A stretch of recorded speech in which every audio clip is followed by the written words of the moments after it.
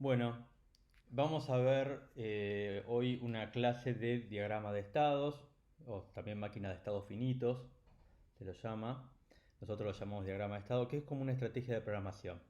Antes de arrancar, primero vamos a hacer un repaso de caminantes que está explicado en otra clase, pero como vamos a usarlo como ejemplo para explicar diagrama de estados, vamos a repasarlo acá. Yo voy a hacer una clase caminante, que va a ser un objeto que va a caminar en la pantalla, ¿no? Entonces, eh, para definir caminante, defino una clase que se usa la palabra reservada class. Y ustedes saben que una clase sí o sí tiene que tener un método que se llama constructor, que tiene el mismo nombre que la clase. Como va a ser un caminante, va a tener que tener una posición en x en y. Y ustedes saben que la función del caminante es la de establecer los valores iniciales justamente de estas variables que son las propiedades. Entonces vamos a asignarle a x una posición al azar en el ancho de la pantalla y ahí una posición al azar en lo alto de la pantalla. Y aparte de un xy que va a representar la posición, vamos a hacer también dos variables que van a ser dir por la dirección y vel por la velocidad. Bien, entonces estas variables van a representar el movimiento de nuestro caminante. Y por último, bueno, y para seguir vamos a hacer ahora una función dibujar, que lo que va a hacer es dibujar un círculo en la posición donde se encuentra el caminante y vamos a ponerle un tamaño t. Así que vamos a tener que definir una propiedad más que va a ser t. Y en principio vamos a ponerle 20 píxeles. Yo puedo hacer esto de declarar, no es lo más prolijo en un objeto, pero lo puedo hacer. Lo que me falta acá es darle una velocidad y una dirección inicial también en el constructor. Vamos a poner una velocidad de 4 píxeles y vamos a poner una dirección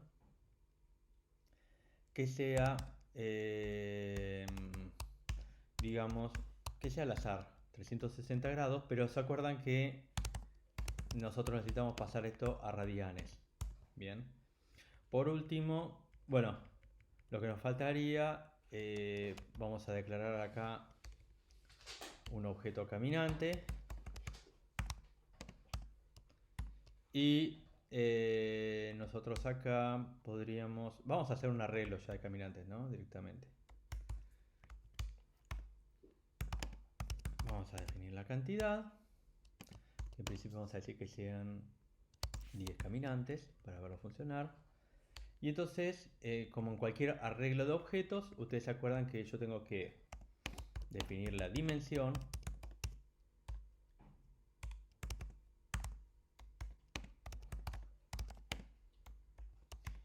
¿Se acuerdan que esto llevaba corchetes acá y no paréntesis? Porque no es el constructor de una clase, o sea, de un objeto, sino que es en realidad la dimensión de un arreglo, ¿no? Y como es un arreglo, tengo que recorrerlo con un ciclo for para recorrer todas sus celdas de memoria. Perdón, cantidad acá. Y entonces lo que vamos a hacer acá es uno por uno cada una de las celdas. Ahora sí vamos a ejecutar el constructor y entonces por eso esto lleva paréntesis. Por último, vamos a usar también un ciclo for para dibujar a los caminantes. Y lo que me faltaría acá es poner un background de color blanco, ¿no? Entonces si ejecuto esto, bien, acá tengo mis caminantes. Una cosa que me estaría faltando de los caminantes es también que tenga un color. Vamos a poner acá color relleno. E inicialmente vamos a hacer que ese color de relleno sea un color al azar.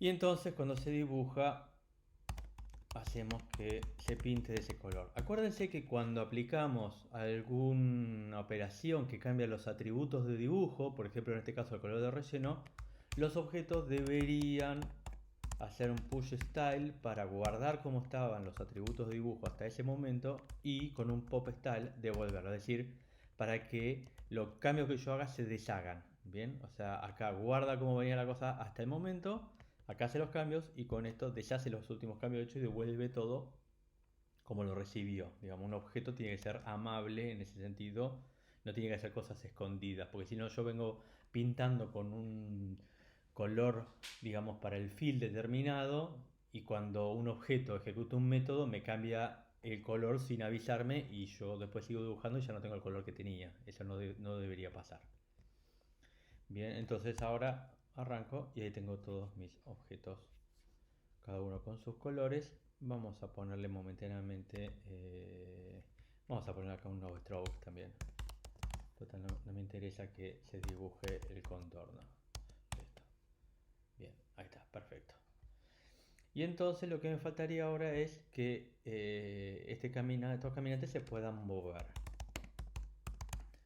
Entonces, para que se muevan, lo que nosotros hacemos es aplicarle la velocidad y la dirección a la posición. ¿Ustedes se acuerdan, como ya se vio en una clase de coordenadas polares, o va a estar en una clase de coordenadas polares y de caminantes, de que la velocidad y la dirección están en coordenadas polares, mientras que la posición está en coordenadas cartesianas? Es decir, la posición está expresada en x, y, digamos, en los ejes ortogonales de lo que son las coordenadas cartesianas, mientras que la velocidad y la dirección está expresado en términos de un ángulo y una distancia recorrida en ese ángulo, ¿no? Lo que es coordenadas polares.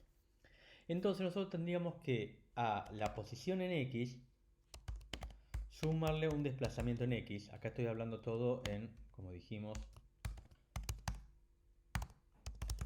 coordenadas cartesianas.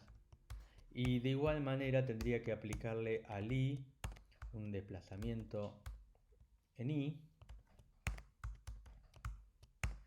Y yo tendría que definir estos desplazamientos cartesianos,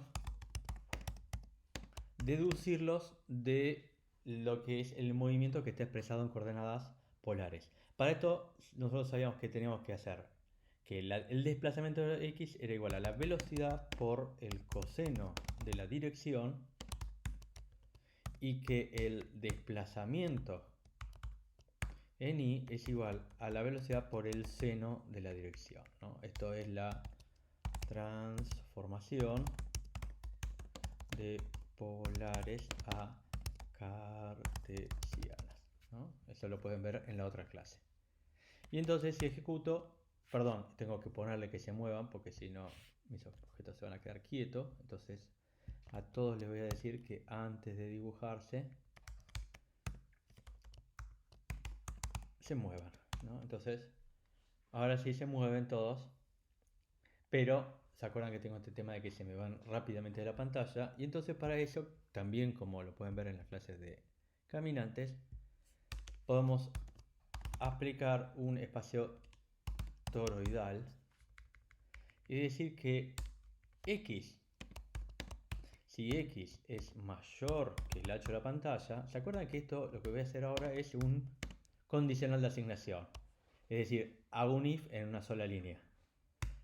La condición va antes del signo de pregunta, después del signo de pregunta va lo que se aplica si la condición se cumple y después de dos puntos lo que se aplica si la condición no se cumple, ¿no? Esto quiere decir, si x es mayor que el ancho de la pantalla, entonces restarle a x un ancho de la pantalla. O sea, a x asignarle x menos el ancho de la pantalla. Si no, a x asignarle x, que sería dejarle el valor que tenía, ¿no? Esto es para si se va del lado derecho, que es cuando x es mayor que el ancho de la pantalla. Si se va del lado izquierdo es cuando x es menor que 0 y en este caso hago la operación inversa. Y por simetría hago exactamente lo mismo en el eje Y.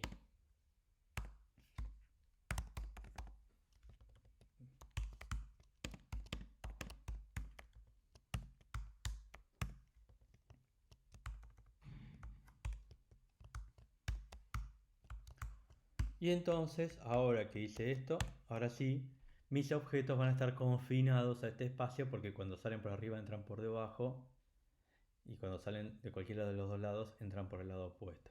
¿no? Perfecto. Bueno, ahora vamos a ver una cosa. Fíjense que yo tengo en este momento objetos que se mueven en línea recta, ¿no? Una cosa que vamos a aprovechar para los ejemplos que siguen dentro de lo que es esta clase de diagrama de estado es que nosotros a la dirección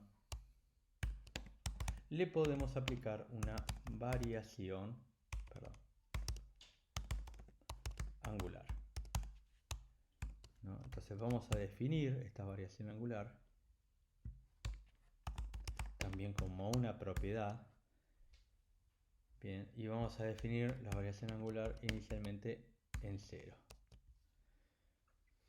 Bien, entonces acá no vamos a notar grandes cambios, pero por ejemplo, si yo a la variación angular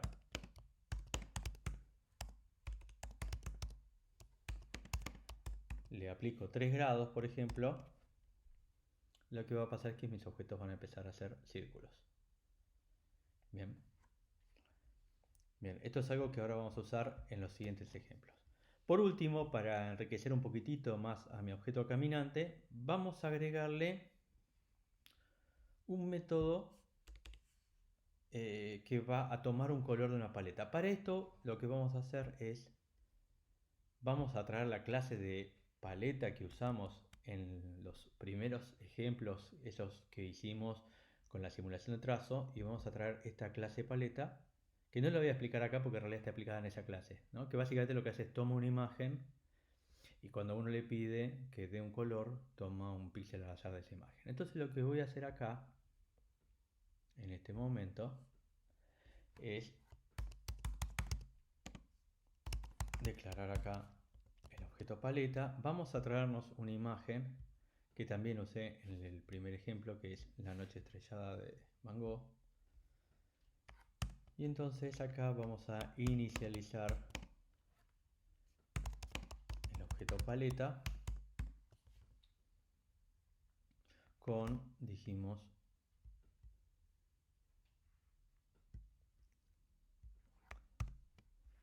la noche estrellada. Entonces venimos acá y le aclaramos que el archivo del que tiene que tomar la paleta es la noche estrellada. Y entonces ahora sí lo que voy a hacer es en mi objeto caminante voy a hacer un método que se va a llamar asignar color,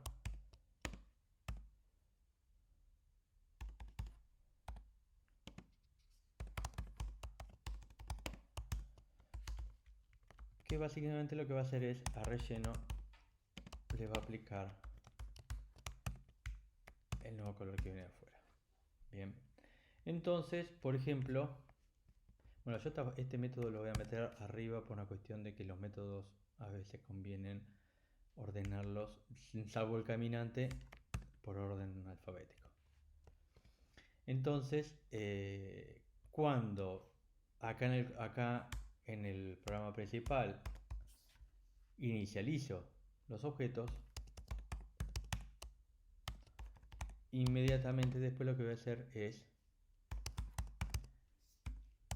aplicar el método asignar color de los caminantes y le voy a pedir